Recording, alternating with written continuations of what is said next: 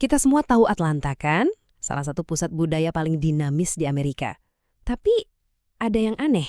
Sementara area metropolitannya terus tumbuh pesat, jantung kotanya, yaitu pusat kotanya, justru kayak tertinggal. Nah, sekarang ada sebuah rencana super ambisius senilai miliaran dolar bernama Centennial Yards yang siap mempertaruhkan segalanya untuk mengubah itu semua. Coba deh bayangin, ada sebuah lubang seluas 40 hektar persis di tengah-tengah kota. Selama 100 tahun, area yang dikenal sebagai The Gulch ini udah jadi semacam luka yang memisahkan lingkungan sekitar dan juga ambisi kota. Kutipan di layar ini menggambarkan banget kenapa tempat ini dianggap mustahil buat dibangun. Dan ini dia biayanya, 5 miliar dolar. Ini bukan sekedar proyek pembangunan biasa ya, ini pertaruhan finansial raksasa yang bakal nentuin masa depan pusat kota Atlanta. Oke, mari kita bedah lebih dalam. Untuk bisa ngerti solusi ambisius yang namanya Centennial Yards ini, kita harus paham dulu masalahnya. Sebuah lubang yang secara harfiah dan simbolis telah melukai jantung kota Atlanta. Jadi, apa sih sebenarnya The Gulch itu? Ini bukan cuma lahan kosong biasa. Anggap aja ini kayak jurang raksasa yang secara fisik misahin stadion, arena, dan pusat kongres kota satu sama lain. Sebuah teka-teki teknik yang bikin pusing para developer selama seabad. Nah, sebelum kita bahas gimana mereka berencana memperbaikinya, kita perlu mundur sedikit. Gimana ceritanya pusat kota Atlanta yang dulunya pernah begitu hidup, kok bisa sampai ketinggalan zaman kayak gini ya? Sejarahnya tuh menarik banget loh. Di tahun 60-an, pusat kota Atlanta itu pusatnya segalanya. Tapi kemudian ada fenomena white flight dan suburbanisasi yang intinya menguras kehidupan dan investasi dari pusat kota ke pinggiran. Bahkan, sorotan dunia pas Olimpiade 1996 yang harusnya jadi titik balik, ternyata gagal menyalakan kembali semangat kota secara permanen. Akhirnya, tempat-tempat wisata utama kota jadi kayak pulau-pulau yang terisolasi. Legenda NBA, Grant Hill, yang juga main di Olimpiade 96, nyimpulinnya dengan pas banget. Harapannya tuh gede banget, tapi janji itu nggak pernah benar-benar terwujud. Pusat kotanya tetap terpecah belah. Nah, kegagalan di masa lalu ini membawa kita ke tantangan yang sebenarnya. Kenapa sih The Gulch ini jadi teka-teki yang nggak terpecahkan selama ini? Jawabannya ada di tantangan teknis dan finansial yang luar biasa besar. Biar lebih jelas ya, ini bukan karena nggak ada yang mau atau nggak ada yang punya visi. Selama 100 tahun, para pengembang paling cerdas udah ngeliatin The Gulch dan semuanya mundur. Hitung-hitungannya nggak pernah masuk akal. Sederhananya, biayanya terlalu mahal, tekniknya terlalu rumit, dan risikonya terlalu besar. Nah, ini yang gila dari proyek ini. Gini nih rinciannya. Pertama, mereka harus bangun tanah baru di atas lubang itu. Kedua, mereka harus pasang semua utilitas dari nol. Dan ketiga, ini yang paling susah. Mereka harus melakukan semua itu di atas jalur kereta api yang masih aktif beroperasi. Benar-benar mimpi buruk buat para insinyur.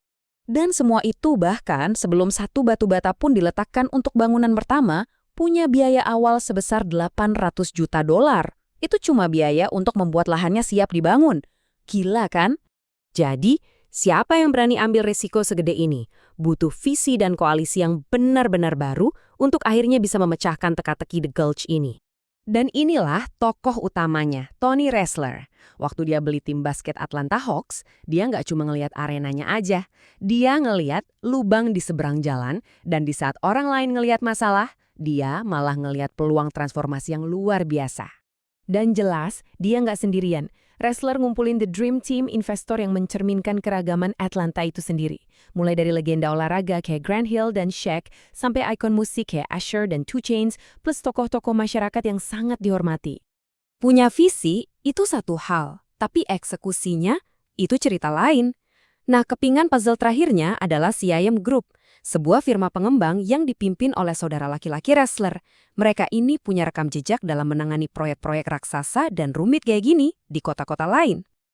Oke, timnya udah siap. Tantangan berikutnya? Duitnya. Gimana coba cara danain proyek 5 miliar dolar ini?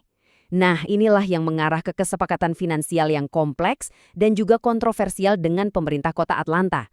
Nah, ini bagian paling krusialnya. Gampangnya gini, para pengembang yang menanggung semua resiko di awal. Pemerintah kota nggak keluarin uang sepeser pun di muka. Sebagai gantinya, para pengembang ini bakal dibayar kembali hanya dari pajak baru yang dihasilkan oleh proyek itu sendiri. Jadi kalau proyeknya gagal dan nggak menghasilkan pajak baru, ya udah, mereka nggak dibayar. Ini benar-benar taruhan besar atas kesuksesan mereka sendiri. Jelas, kesepakatan ini nggak datang gitu aja. Ada negosiasi yang alot banget. Para pemimpin komunitas berhasil memastikan kalau proyek ini juga memberikan manfaat kembali ke masyarakat. Hasilnya adalah dana perumahan terjangkau senilai 28 juta dolar dan aturan untuk memastikan partisipasi kaum minoritas dalam kepemilikan.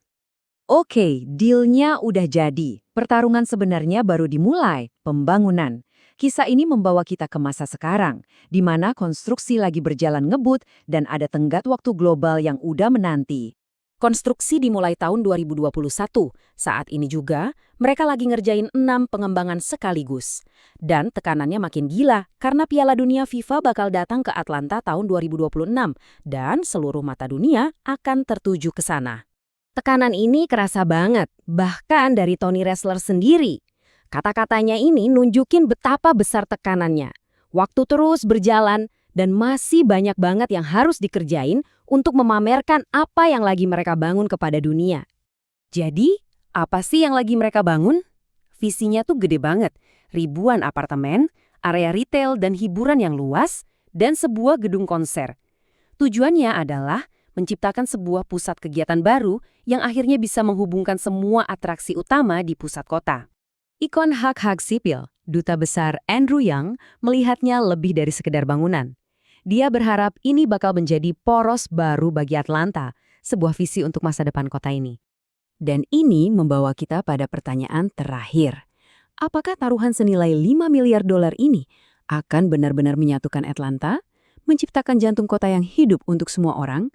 Atau apakah ini cuma akan jadi sebuah distrik mewah yang terasa eksklusif, di mana sebagian penduduk justru merasa seperti orang luar yang hanya bisa melihat dari balik kaca? Hanya waktu yang bisa menjawabnya.